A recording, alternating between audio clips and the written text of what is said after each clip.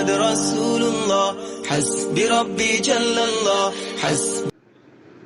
السلام علیکم ورحمۃ اللہ وبرکاتہ. تمام تعریفیں صلی اللہ کے لیے جو اس کائنات کا خالق اور مالک ہے، اور اس کا بڑا ہی کرم ہے کہ اس نے زندگی کے ان غفلت بھرے لمحوں کے اندر ہمیں قرآن پاک پڑھنے کی توفیق عطا فرمائی. اور اللہ تعالیٰ جس سے بھلائی کا ارادہ کرتے ہیں اسے دین کی سمجھ دیتے ہیں، اور جسے دین کی سمجھ دیتے ہیں اسے 70 بار رحمت کی نظر سے دیکھتے ہیں. قرآن پاک کی تعلیم حاصل کرنے سے پہلے ضروری ہے کہ ہمارے دل کے اندر قرآن پاک کی عظمت، قرآن کی بڑائی اور قرآن کی شان ہو، تاکہ ہم اتنے ہی ادب و احترام کے ساتھ اس کو سیکھیں اور اس کو سمجھنے کی کوشش کریں.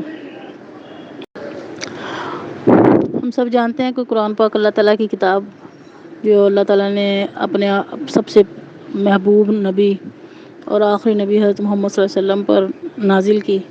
اور قرآن پاک جو ہے معجزہ ہے، ایک جیتا جاگتا معجزہ ہے. ہم سب جانتے ہیں کہ معجزہ نبیوں کے ساتھ مخصوص ہوتا ہے، تو قرآن ایک ایسا معجزہ ہے جو قیامت تک رہے گا، اور اس کے ثمرات، اس کے معجزات جو ہے اس سے دنیا فیض یاب ہوتی رہے گی.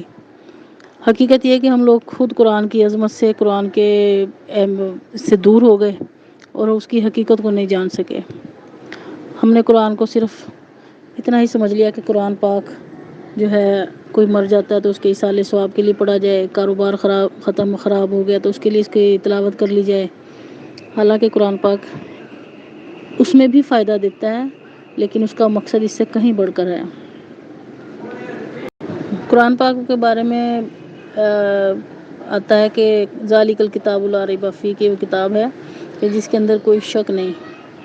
تو لازم ہے کہ ہم قرآن پاک کا سبق سیکھنے سے پہلے، قرآن کو کے علم سے معرفت حاصل کرنے سے پہلے اپنے دل کو تمام شک و شبہات سے پاک کریں، اور قرآن کے عظیم ہونے کا اور اس کا رب کا کلام ہونے کا، ایک بندے کا کلام ہوتا ہے اور ایک اللہ کا کلام ہے. کلام پاک ایسی چیز ہے جو اللہ کی مخلوق تو نہیں، اللہ کی تخلیق کردہ ہر چیز جو اللہ کی مخلوق ہے. کلام پاک ایسی چیز ہے جو خود ذات باری تعالیٰ سے نکلی ہے، اسی لیے اسے کلام پاک کہتے ہیں. تو ہمارا دل جتنا اس کے شکوک و شبہات سے صاف ہوگا، اتنا ہی ہمارے اندر ایمان کی پختگی ہوگی، اور ہم قرآن کی آیت کو جس درجے سے لے کے سنیں گے، سمجھیں گے، تو اسی طریقے سے قرآن پاک بھی جو ہے نا اس کا اثرات ہماری طبیعتوں کے اندر، ہمارے مزاج کے اندر اثر انداز ہوں گے، اور انشاءاللہ اس کے انوار اور برکات جو ہے نا ہم ان سے فیض یاب ہوں گے. آج کے اس فتنے والے دور میں ہم جتنے قرآن سے دور ہوتے جا رہے ہیں، غفلت میں پڑے ہوئے ہیں، اور اپنے بدعمالیوں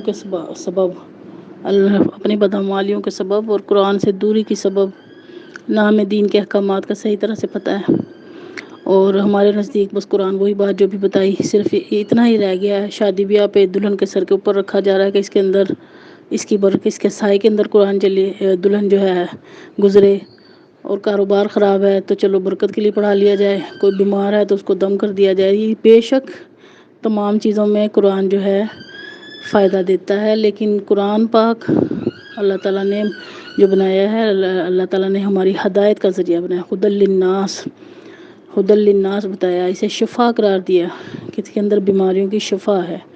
اور ہدایت کب ہوگی؟ جب ہم اس کو ہدایت کے درجے میں رکھیں گے، ہم رہنمائی حاصل کرنے کے لیے اس سے فیض حاصل کرنے کی کوشش کریں گے، تو انشاءاللہ قرآن پاک جو ہے ہمارے لیے رہنمائی کا سبب بھی ہوگا.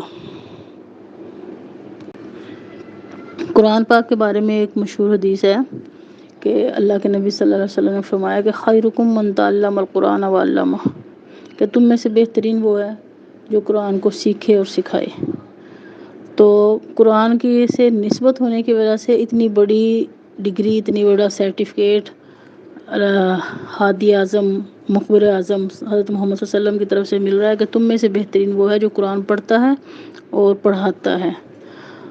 آج ہم اس کی ہمارے نزدیک اہمیت، دنیا کے اونچے عہدے، مال و دولت اور عزت، کوئی بڑی پوسٹ ہمیں مل جائے تو ہم اس چیز کو سمجھتے ہیں، حالانکہ اللہ نے اللہ کے نبی صلی اللہ علیہ وسلم کی حدیث کے مطابق کہ تم میں سے بہترین وہ ہے جو قرآن پڑھے اور پڑھائے۔